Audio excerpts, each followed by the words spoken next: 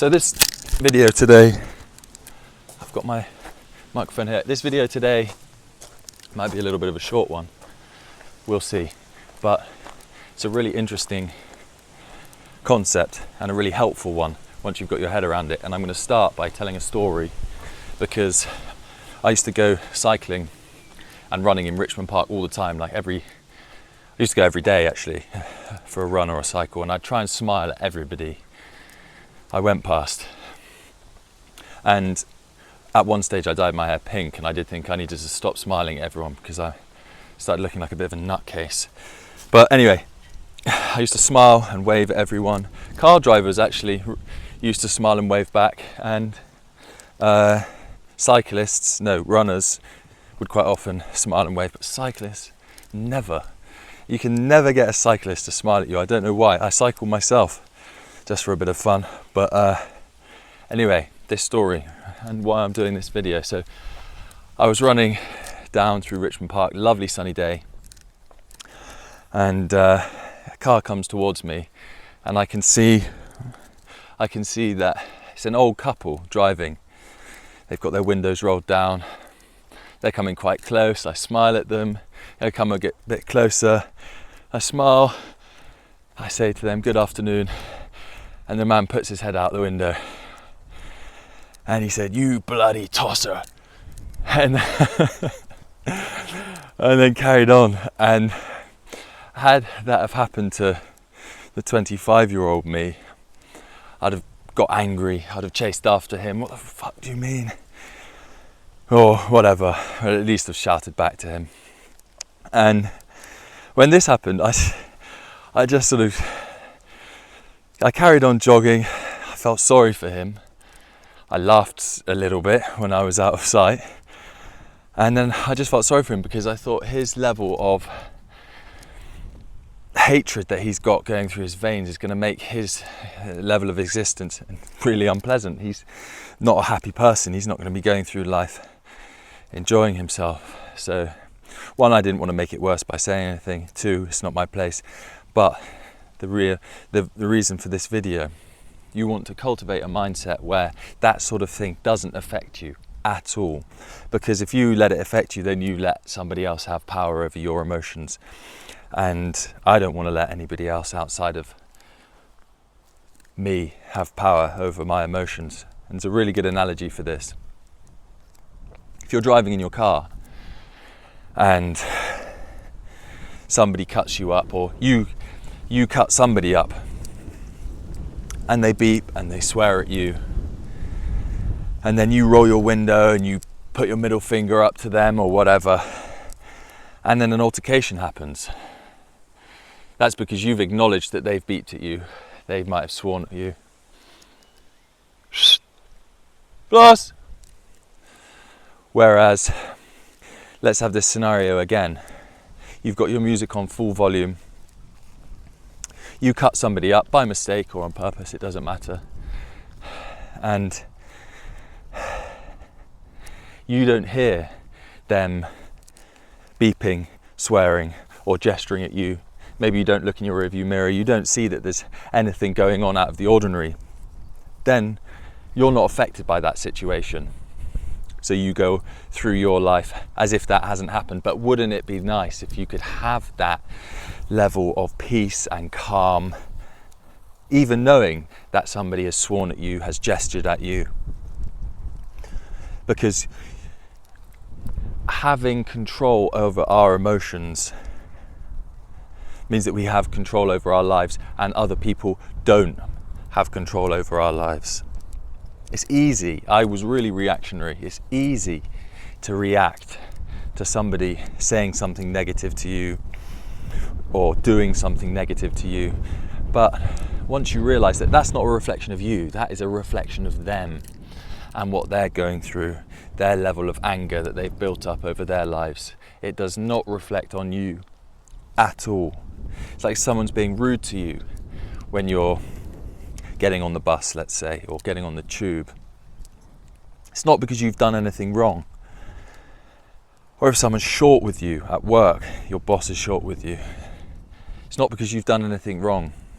It's because it's their level of ignorance or things that they're going through. So we need to, one good rule is if somebody says something to you that might affect you or upset you, you ask them to repeat it again, and more often than not they might actually change what they say then, but not in a confrontational way. This isn't about one-upmanship or ego. And then before you respond out of a place of anger, count to 10, count to 20, let your emotions settle, let that anger just settle slightly, so you're not going to be reactionary and you're not going to say something that maybe you don't mean or you regret, because it's so easy to do when somebody says something to you that might make your blood boil. Then they've had that power over you and you are no longer in control of your own life, your own emotions, your own state of being. So count to 10 seconds. Ask yourself, did they say that because I've genuinely done something wrong? Or did they say that because they're going through a tough time, because they're unhappy with themselves or with their lives? It's so important that we take this time to disconnect from the event to our retaliation, well, not retaliation, to our when we answer back or when we respond. Basically, we need to make sure that we've given us time to given us some space to breathe, to think, to settle down, and then think, I want to come at this out of a place of love. And maybe when that person swears to you, instead of swearing back at them and making the whole situation worse, maybe you say, ask them genuinely, is everything okay? Or something along those lines. Maybe it's not appropriate and maybe they're aggressive and you just want to get out of that situation, but just think to yourself, what can I do that maintains my level of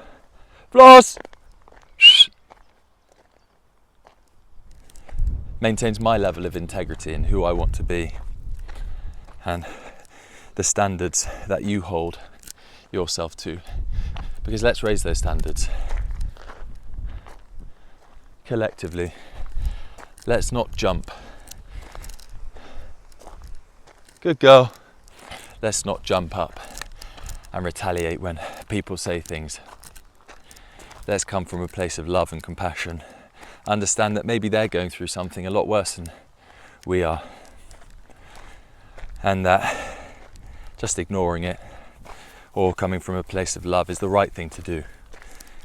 Certainly not bringing anger with anger. It's like if somebody leaves a negative comment on any of your social media posts or tries to get into an argument, don't fuel that fire. Don't feed that energy that they're out. People are out there to look for an argument, look to try and cause trouble or say negative things to you online. Don't rise to it. Comment back something nice if you can. Say, thank you so much for your comment. Really sorry you feel like that. Something like that, I don't know. Depends on circumstances, or just ignore it. But don't argue your point. You don't need to.